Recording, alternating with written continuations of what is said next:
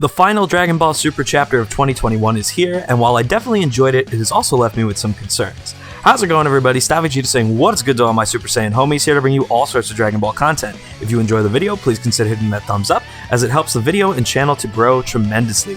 So with all that being said, let's talk about the chapter. Toyotaro's art and paneling have been steadily improving with every arc, so to have a fight-heavy chapter was something I was looking forward to.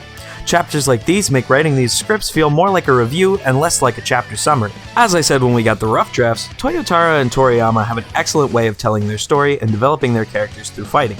We've seen this recently with Goku early on in the arc protecting himself from Granolah, and the vitals that Moro was able to so easily ram right through, were also with Ultra Ego Vegeta's fight, and now we see it with Granolah fighting not only with his full powers, but once again assisted by Oatmeal. Seeing Granolah working in sync with Oatmeal, as well as using instant transmission to protect Manito, was also gratifying, as something I criticized Granolah on is how he's just thrown away his allies once he attains strength. One of the things that I enjoyed about Granolah early on in the arc was how he was more calculated than your average Dragon Ball villain, and was someone who didn't need just brute force to win.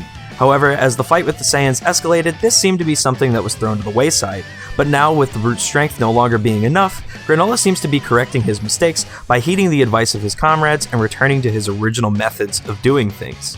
However, while I can praise Granolah for once again taking the assistance of his allies and even being open-minded enough to take the help of Vegeta, the one thing that still bothers me is how the Cerulean Dragon has granted both him and Gas the ability to use techniques they had no prior knowledge of. Though Vegeta acknowledged they aren't using the techniques with the same accuracy, Goku's comment about them being able to use them so instantaneously when both he and Vegeta have worked for so long to achieve and perfect these techniques really resonated with me. Like, look at this face, folks. This is one of the most bruh moments in all of Dragon Ball. Now, while we could say that instant transmission is a fairly straightforward technique and anyone who had come into contact with the Yardratians could learn it, the thing that really rubbed me the wrong way was Gas's use of the Hakai. Towards the beginning of the arc, Granolah used a technique that looked similar to the Hakai, which was even later further confirmed when we got the colored panels. However, now that Gas is using it, it seems as though this godly technique, which took the likes of Toppo, Vegeta, and even Beerus a tremendous amount of time to master, can simply be attained by grabbing 2 marbles and chit-chatting with a lizard. I mean, come on guys, this was supposed to be a godly technique, one that parallels with Ultra Instinct, and we're just handing it out like bargain sales? I don't think so. Although, we do have to give some credit to Gas. He did try and win the fight using only his own techniques, but after taking so many L's, my man's just said, fuck this, I'm OP now. Which is a feeling I know all too well. Like, come on, y'all can't tell me you've never been going on a losing streak in your favorite game, only to then pull out the best character to break the streak. Like I said at the beginning, I truly did enjoy this chapter though. The fighting panels were really well laid out and definitely showed improvement in Toyotaro's style.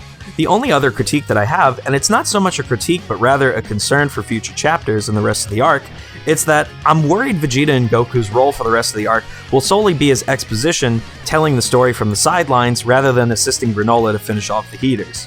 Something Toyotaro and even Toriyama himself have confirmed throughout the years, it's that Toriyama likes to have characters work in pairs. This way, while there's action occurring, they can discuss things from the sidelines to move along the plot. This is something we've seen as early as original Dragon Ball, including characters such as Tien and Chaozu, later on including Vegeta and Nappa, and Beerus and Whis. We've even gone on to see Piccolo and Gohan act in this way during the Moro arc, and now it seems it's Goku and Vegeta's turn. Now, while I normally have no issues with this style of writing, it does have me a bit worried for the rest of the arc. The one thing I've been hoping for is that Vegeta and Goku will join the fray and finish off the heaters. However, this would only leave Manito with no one to discuss the events of what's going on. And so, I fear as though Goku and Vegeta won't be able to rejoin the battle. Or, if they do, only one of them will, while the other stays on the side to narrate things alongside Manito. Though I would really like for it to be Vegeta to be the one who assists Granolah, given his onlooks of pride and all that he's done to seemingly help him as a mentor figure, I'd imagine that this fight is going to be ended by Granolah and Goku, as Manito and Vegeta look on with pride. Plus, we all know how Toriyama isn't the biggest fan of Vegeta and likes to gimp him from his wins. Throughout this arc, Vegeta has been more observative, looking into the Cerulean cities, recounting the information from his father and his history, and drawing conclusions based off of what Manito had told him about Bardock, even if it did send the entire fandom into absolute disarray, whereas Goku has been a bit more inquisitive. From a narrative standpoint, it would make more sense to have Vegeta, who can process what's going on in the battle, narrate things with Manito, who seemingly has very little understanding when it comes to combat. In a sense, this would serve as an emotional victory for Vegeta, seeing as how he was able to use the same rough-around-the-edges style of teaching he used with Kappa to sway the Cerulean bounty hunter from foe to friend. The only thing that I find somewhat disheartening about it, though, is that it kind of makes his training with Beerus feel somewhat for naught. Rather than using his newly attained strength to walk out the victor of this confrontation, it merely seems to have served as a tool for him to teach Granolah, and indirectly allowing Granolah to benefit from Vegeta's hard work. Overall, as a whole, I did enjoy the chapter, but it doesn't mean I'm without concerns regarding the future. Hopefully future antagonists will be able to attain strength in a more unique way, and our main characters of not just Goku, but Vegeta too, will get the spotlight that they've so rightfully earned. Thank you for watching, have a great rest of your day, peace out, have a good one.